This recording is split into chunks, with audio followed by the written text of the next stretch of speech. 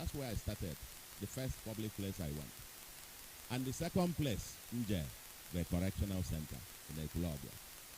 I know, sorry, you are blessed. We are following your footsteps. That symbolism is very powerful. And I would dare say that for me, that's the driver, that's what drives our government, leaving no one behind. And in Anya, if I am very intentional about leaving no one behind. If I bido, not just Ibido no Okeke. Na-eji Okeke ofu onye jụrụ mkpọ Okeke ọrụ na North Senatorial. Ọsị mma nọ ndị North Ochesel. Nsị ya na anyị nwere North or South or East or Central Anambra.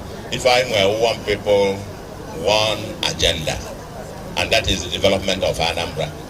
And guess what? Ebe anyị na-alụ ga hospitals and so on and so forth. 4 of them, the new general hospitals I know, they're all in the north about Okeke back I know. Now one Fege now. Then another Naya Melum, and the last one, the local government that never had anything. You can't even go to the local government headquarters, and that is Anambra West. But by December, you will be able to drive to Nza, and you'll be able to have a general hospital there next year. So the symbolism that you've left very powerfully with us, education, especially education and health. Your grace, we are following very strongly.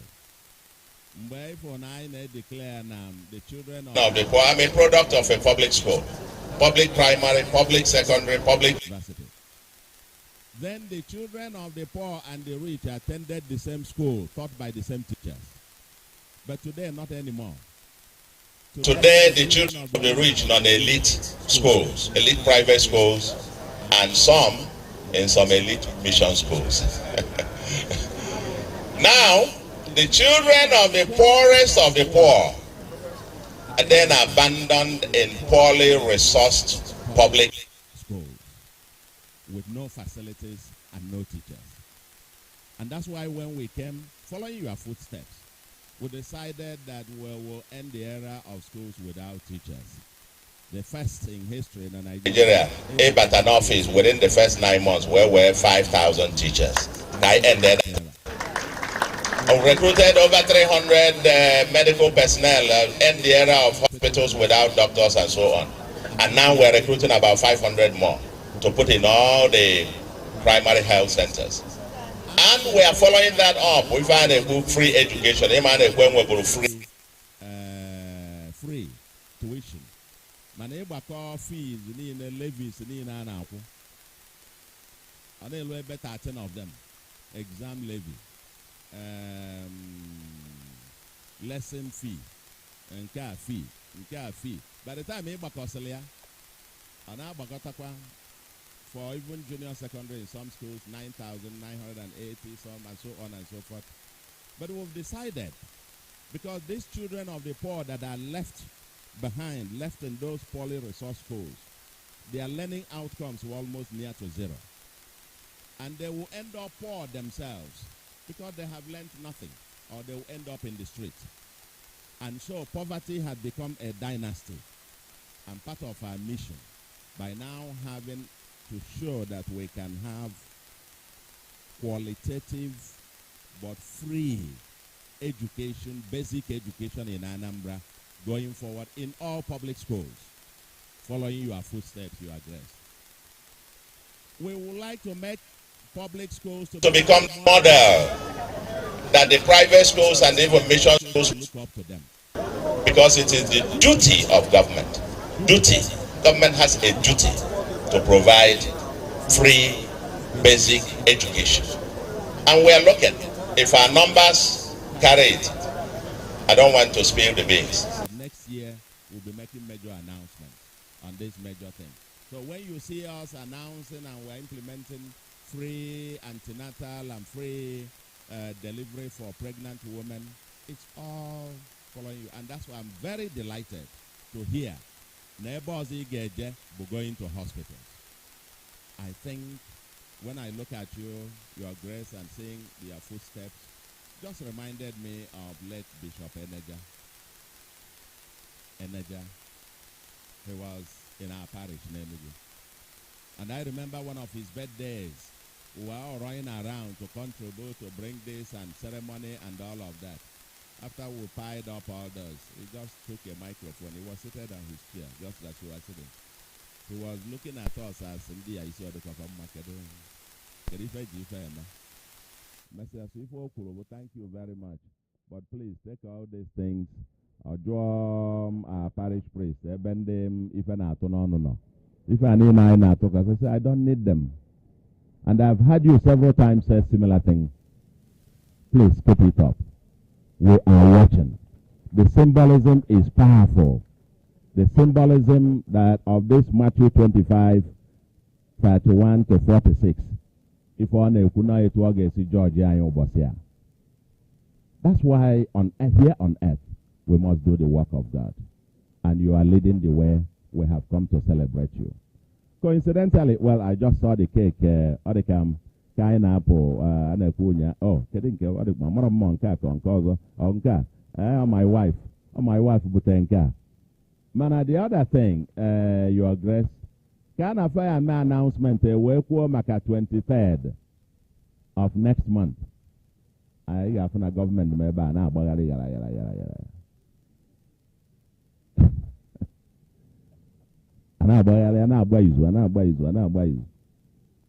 that day, coincidentally, Your Grace, happens to be the day Anambra State will be organizing the state commendation service for the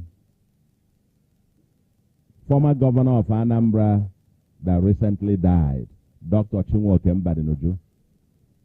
Anambra will be at the convention center, and that will be on a live television, national television, because, I mean, as a former governor, we will be giving him a state burial, a state funeral.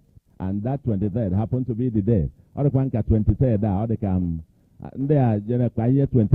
but to 22nd. I wish Nankaya about to 22nd, man. I circulate to gear to the whole world. Now get met on the 23rd. So, well, I guess you juggle here. Over Nankana, Meku on the 23rd. If for some of us, a man, we got to give honor to the dead, obviously, in care celebration. I say, we will always be with you, and we will be with you in various aspects of the celebrations. I miss saying, I be my own cake. I'm on work, I guess, in terms of the timing and so on. I have no idea. Man, confusion the never kita. Cake 23rd, I must tell you. Because we were expecting the Gano Gidibam never. And the bishops, Mando, Kochukuma, even everybody was going to be there when, as a state, we bid him farewell, as it were. No,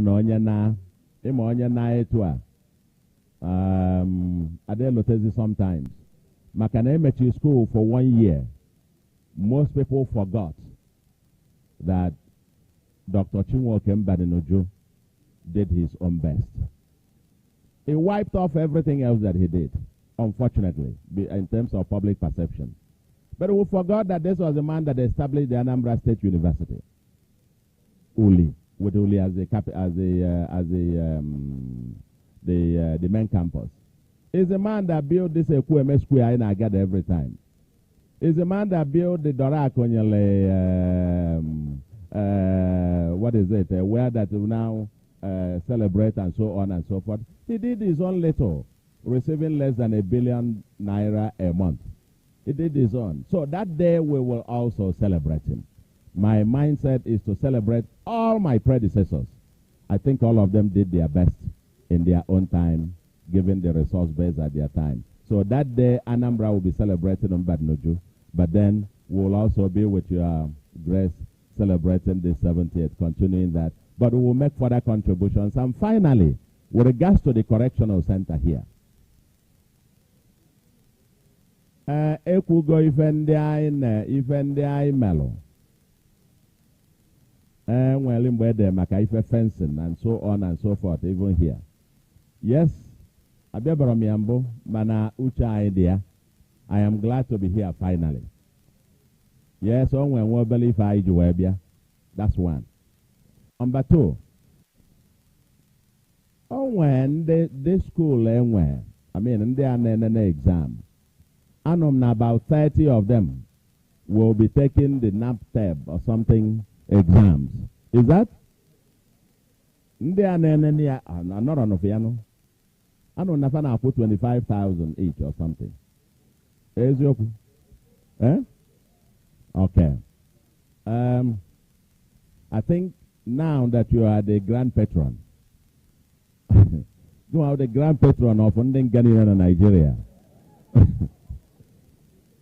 We have to support, we're supporting our grand patron. I don't believe I be independently, but now, next time, Ngazi Aje present, Ndiana Meje in the name of the grand patron, not my His Grace Kobo.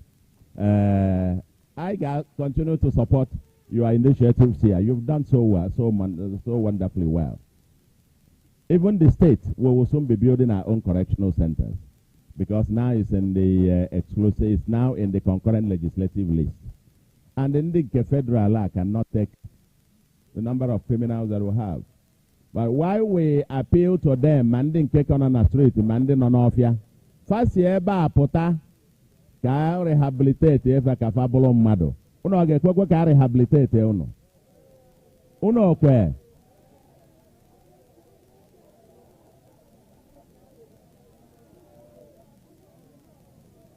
I get, yes. Anya chelo. Unu ga-afụ na abụ m onye ogbe. Abụ m onye yard.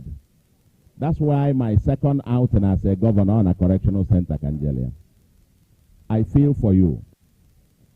Mana ị ga-echegharị gogodunu oge m fụrụ ndị kwaya ma ndị scapula. I was just saying to myself, it was touching, Your Grace. I was just feeling no one see the art to know the mind's construction and the face. But when we're criminals and then cage the kwan so now you are Kerogi in Angapata, capital 4 months ago. They released the from Munga, we say about Tabanyako again, it's kidnapping.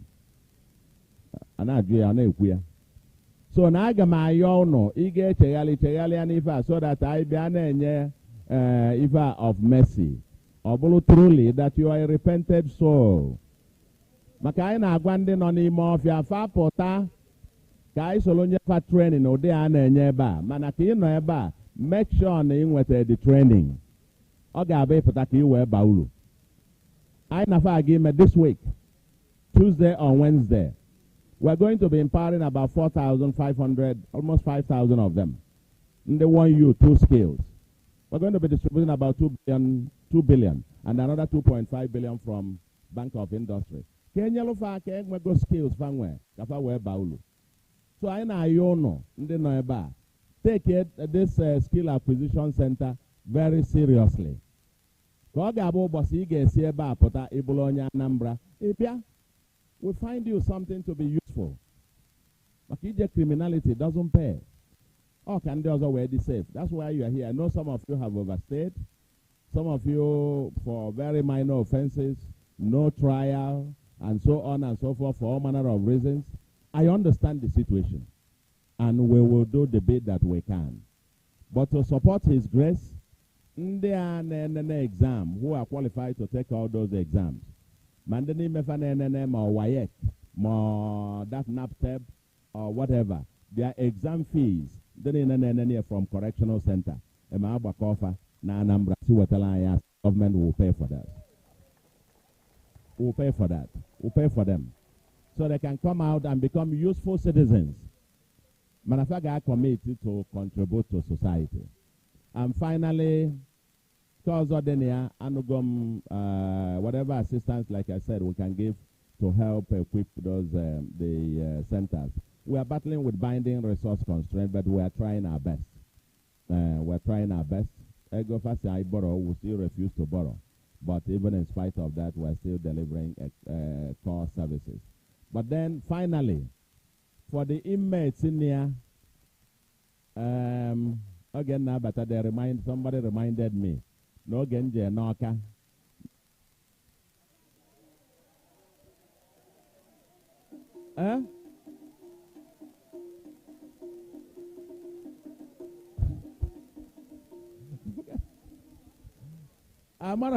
Take unu sizi we malache mono neba.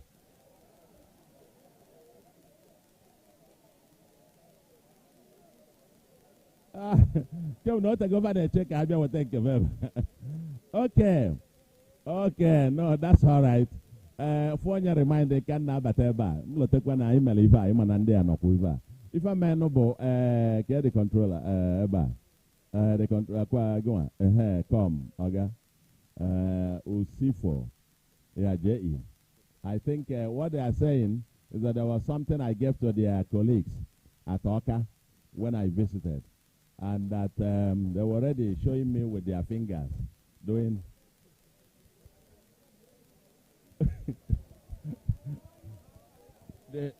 I think. Do you know the? Are you listening?